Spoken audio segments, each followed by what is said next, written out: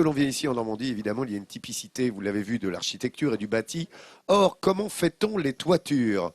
Et Nathalie, tu vas nous montrer l'excellence de la façon dont on fait les toitures ici en Normandie. Hier, je me suis intéressée aux murs de ces maisons typiques du Pays d'Auge, les murs à pans de bois. Et ce matin, effectivement, je m'intéressais à la toiture, aux toitures en chaume, avec du roseau, Laurent, français, hein, de bonne qualité, qui provient soit de Normandie ou de Camargue. Et vous allez découvrir ce métier de chaumier. Est-ce qu'on peut le remplacer par des framboises? Je sais pas, je te demande. Hein, Par du castor et du marsouin. Oui, du castor et des marsouins, exactement. Vous allez découvrir ce métier de chaumier. Vous allez voir qu'il faut être... Oh, Rodriguez! Ne vous laissez pas surprendre. Il fatigue. Donc vous allez découvrir ce métier de chaumier. Vous allez voir qu'il faut être agile, qu'il faut avoir une certaine endurance physique comme notre ami Ferniaud. Il faut aussi ne pas avoir le vertige. Direction Genneville, dans le Pays d'Auge. Au pied du pont de Normandie s'étale un véritable trésor du patrimoine local, le roseau sauvage. Il recouvre la plupart des toitures du Pays d'Auge et fait l'identité de ce petit bout de Normandie. S'il reste très peu de chaumiers en France, il y a un homme qui perpétue cette tradition depuis 25 ans, c'est Stéphane. Ses premiers souvenirs, ce qui lui a donné envie de devenir chaumier, ce sont ces marais, dans lesquels ses grands-parents récoltaient les roseaux. C'est le marais un petit peu de mes racines, puisque mon grand-père ici récoltait les roseaux, ainsi que mes oncles, et donc j'ai repris la succession ensuite, mais sans faire la coupe, mais en m'axant uniquement sur les toitures en chaume. Voilà, j'utilise cette matière première qui pour moi représente beaucoup. Le roseau destiné à devenir chaume est appelé la sagne. C'est en décembre que commence la récolte. Les sagneurs nettoient le roseau, le cerclent, le calibrent et le mettent en botte. La matière première est ensuite utilisée telle quelle par les chaumiers. On ne transforme pas avec des produits chimiques, on reste le plus naturel possible.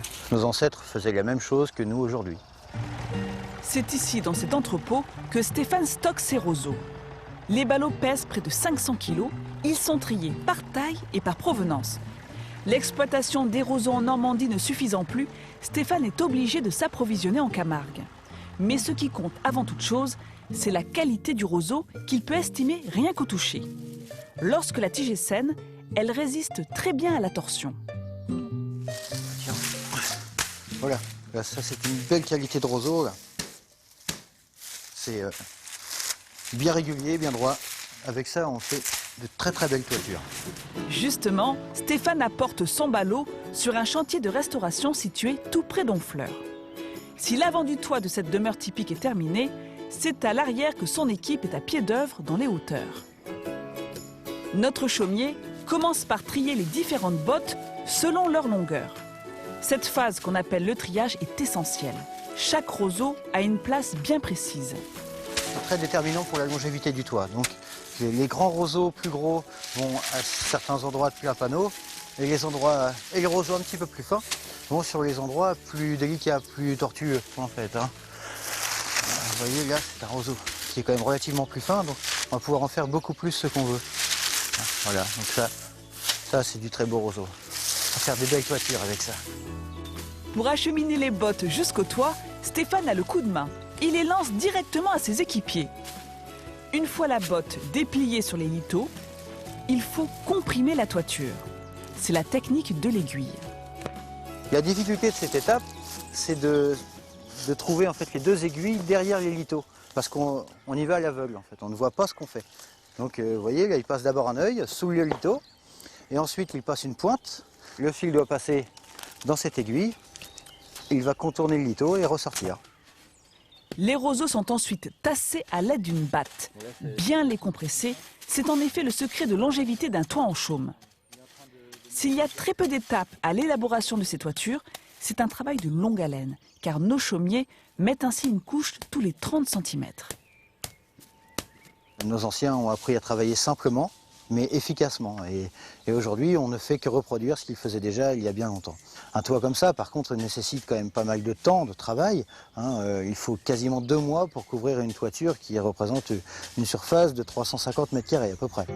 Nos chaumiers fermeront les deux parties de la toiture avec un mortier bâtard sur lequel ils mettront ensuite de la terre. Et pour que cette terre ne s'érode pas avec le temps, on y plante des iris, des fleurs qui résistent à tous les climats.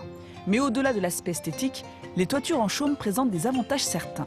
Elle respire déjà, ce qui est très sain pour une maison. Ça apporte une excellente isolation phonique et thermique. Et un aspect, voilà, je veux dire au niveau de l'esthétique, c'est difficile de faire mieux. Grâce à son savoir-faire, Stéphane peut laisser libre cours à son imagination et proposer toutes sortes de toitures en chaume. Cette matière première, il en fait vraiment tout ce qu'il veut. On peut sculpter, on peut donner du dessin, on peut donner la forme souhaitée, ça laisse libre expression en tout cas à la créativité. Les formes que Stéphane donne au toit des maisons normandes font toute sa fierté, comme ici à Deauville, sur l'une de ses dernières réalisations. Cette architecture typique de la Normandie, mêlant chaume et pan de bois, le fascine depuis toujours. C'est notre patrimoine, c'est ancien, ça reste dans son jus. Et voilà, on n'a rien modifié, on ne fait qu'entretenir et voilà, on en fait des belles habitations confortables, mais néanmoins traditionnelles. On ne peut que tomber amoureux devant une toiture comme ça. En 25 ans de métier, Stéphane n'a pas chômé. Il ne compte plus le nombre de toitures qui portent sa marque ici sur sa terre natale. Grâce à lui, les toits de chaume continueront de rayonner au beau milieu des paysages pittoresques de la Normandie. Et la typicité des maisons comme ça, qu'est-ce que incroyable, c'est beau. hein. Maison en toit de chaume, Bravo c'est à Jacques remarquable. Stéphane et ses équipes, ce sont de véritables artistes. Alors en matière d'ornementation des toitures en Normandie, donc on a les toits de chaume avec les iris, mais on a également les épis de fêtage, Laurent. Et dans la région, dans la commune de Bavent, Très il y a une ouvragé. poterie qui réalise des épis de fêtage depuis maintenant 2 siècles. Alors, à l'époque, on les retrouvait surtout sur les manoirs, les maisons de maîtres.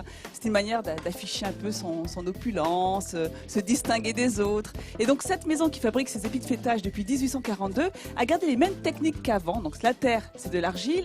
On utilise des procédés d'estampage, c'est-à-dire de moulage ou de tournage sur un tour de potier. Une fois qu'on façonne notre épi de fêtage, là c'est une tête d'épi, on va l'engober, c'est-à-dire l'enduire d'une terre blanchâtre de façon à pouvoir y apposer des couleurs, des émaux. On passe au four et on obtient notre magnifique épi en terre vernissée. Alors j'avais envie de vous en montrer une de plus près, enfin un épi de plus près. Alors là, vous savez, un épi c'est toujours composé de 3 parties. La première, c'est ce qu'on appelle la tuile fêtière. C'est ce qui va être fixé à la paroi. Donc là, en l'occurrence, bon, c'est rond parce que c'est pour une tourelle. Et pourquoi une tuile fêtière? Parce qu'il ne faut pas oublier que l'objectif premier des tuiles fêtières, eh bien, c'est d'assurer l'étanchéité des toitures. Voilà, à la coupe des toitures, à la croupe des toitures. En dessous, il y a des bustes magnifiques, juste au-dessus. Alors ça, c'est l'élément central. La deuxième partie, là, c'est l'ornementation. On se fait plaisir. Donc là, c'est un passionné de sirènes, Voilà. de poissons issus Des des dauphins. contes et légendes ancestraux. Si tu veux, des dauphins, un peu monstrueux, mais bon, si tu veux. Au-dessus, on a la tête d'épi. Alors, vous avez une idée du prix d'une tête d'un épi de fêtage comme celui-ci? Ça doit être Ça assez va, ça va cher. pas être donné. 3 600 € pour celui-ci. Ah ouais, C'est quand même. incroyable. C'est Ah oui, beau, voilà. hein. Bon, une durée de vie, allez, des centaines d'années. Et au niveau du poids, 60 kilos. Non, je trouve ça assez impressionnant, c'est vraiment des beaux bijoux. Et alors, en général, ça fait 10% de la hauteur de la maison. Par exemple, vous avez des très beaux hôtels sur la côte. Eh bien, leur épi de fêtage peut atteindre 1,20 m, voire 1,50 m de haut. C'est le toit dans les nuages, en fait. Donc encore un grand bravo à ces artisans du ciel qui participent à la sauvegarde de ce patrimoine normand. Artisan du ciel. Très joli.